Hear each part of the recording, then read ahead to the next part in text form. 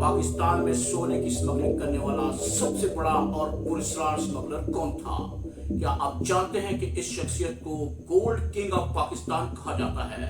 इस शख्स ने किस तरह पूरी दुनिया को सोना स्मगल किया पाकिस्तान से और दुनिया भर से सोना पाकिस्तान में किस तरह पहुंचाया। इक़्तिदार के ऐवानों में भी इस शख्स की गूंज सुनाई दी और फिर पाकिस्तानी अथॉरिटीज ने इसे गिरफ्तार भी कर लिया। इस शख्स का नाम था सेठ आबिद। सेठ आबिद एक ऐसा नाम जिसके बारे में बहुत सी अजीबोगरीब दास्तानें मशहूर थी। पाकिस्तान की तारीख का सबसे पुरस्कार स्मगलर, जिसे एक वक्त में पाकिस्तान का सबसे अमीर आदमी कहा जाता था। आज सेठ आबिद वफात पा चुके हैं, लेकिन आज भी उनकी कहानियां ज़बान ज़दे आम हैं। सेठ आबिद का असल नाम आबिद हुसैन था और वो 1935 में जिला कसूर के एक गांव में पैदा हुए। उनका जन्म एक मिडिल क्लास फैमिली में हुआ। इस फैमिली का बिजनेस जानवरों की खालें इंपोर्ट करना था। 1950 में शेख आबिद के वालिद कराची शिफ्ट हो गए। वहां उन्होंने सोने की एक छोटी सी दुकान बना ली। अभी पाकिस्तान बने 3 साल का अरसा ही गुजरा था। हिंदुस्तान और पाकिस्तान के लोग दोनों मुल्कों में आया जाया करते थे। पाकिस्तान में इस वक्त भी सोने की बहुत ज्यादा मांग थी। शेख आबिद के वालिद दुनिया से सोना मंगवाते और पाकिस्तान में सोना भेजते। उस वक्त शेख आबिद एक बहुत छोटे से बच्चे थे, लेकिन उन्होंने वालिद के साथ काम करना शुरू कर दिया। इन्हीं दिनों आबिद की मुलाकात काशिफ भट्टी नाम के एक शख्स से हुई। काशिफ भट्टी मिडिल ईस्ट और हिंदुस्तान से सोना पाकिस्तान लाया करता था। उसने आबिद को सोने के बारे में बेताशा मालूमात दी और उनको इस कारोबार की तालीम दी।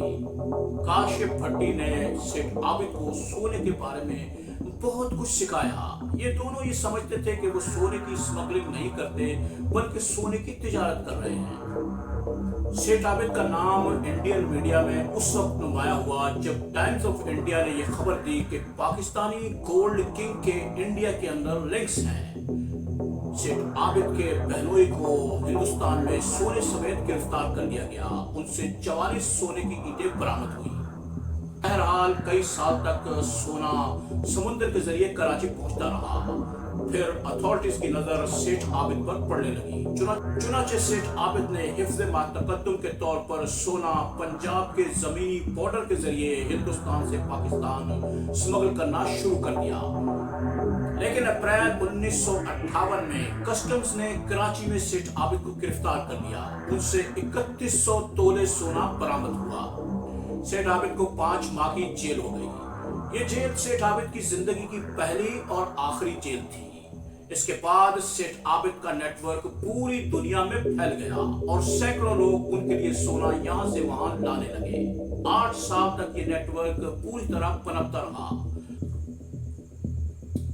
कहा जाता है कि जब अमेरिकी हुकूमत ने एटमी रिप्रोसेसिंग प्लांट पाकिस्तान लाने पर पाबंदी लगा दी, तो ये सेठ आबिद ही थे जिन्होंने समुद्री रास्ते से ये प्लांट फ्रांस से पाकिस्तान तक पहुंचाया।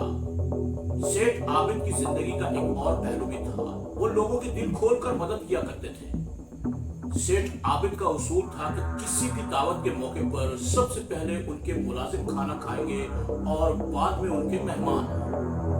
ये जरूरतमंद लोगों को शादी के मौके पर सोना भी दिया करते थे। 1964 में हमजा फाउंडेशन की बुनियाद रखी। ये फाउंडेशन उन बच्चों के लिए थी जो ना बोल सकते थे और ना सुन सकते थे। और इसकी वजह सेठ आबिद के अपने बच्चे थे। सेठ आबिद के 7 बच्चों में से 4 बच्चे गूंगे और बहरे थे, ना बोल सकते थे ना सुन सकते थे। सेठ आबिद कहा करते थे कि ना तो मैंने किसी का कत्ल किया है और ना ही किसी की जमीन पर कब्जा किया है। मैं तो सिर्फ सोने की तिजारत करता हूँ और सोने का ये कारोबार मैं हमेशा करता रहूंगा। 1970 की दिहाई जुल्फकार अली भुट्टो का दौर सेठ आबिद के लिए मुश्किलात लेकर आया। उन पर मुकदमे दर्ज किए गए और उनकी प्रॉपर्टी जब्त कर ली गई। पुलिस पाकिस्तान का चप्पा चप्पा सूखती रही, लेकिन सेठ आबिद को तलाश न कर सकी। जुल्फकार अली भुट्टो ने सेठ आबिद की इंटरनेशनल स्मगलिंग पर एक ट्रिब्यूनल बनाया ताकि तहकीकात की जा सके, मगर मुतादिद नोटिस के बावजूद सेठ आबिद कभी भी इस ट्रिब्यूनल के सामने पेश न हुए। फिर आया जनरल जियाउल हक का दौर और सेठ आबिद ने अपने आप को फौजी हुकूमत के सामने पेश कर दिया। उनकी जायदादें वापस कर दी गईं। कहा जाता है कि इस दौर में पाकिस्तान के न्यूक्लियर प्रोग्राम में सेठ आबिद ने एक बहुत बड़ा हिस्सा डाला। पनामा लीक्स में नाम आने पर सेठ आबिद ने अपने असासे ब्रिटिश वर्जिन आइलैंड में मुंतकिल कर दिए। सेठ आबिद के बारे में तरह तरह की अफसानवी बातें मशहूर हो गई।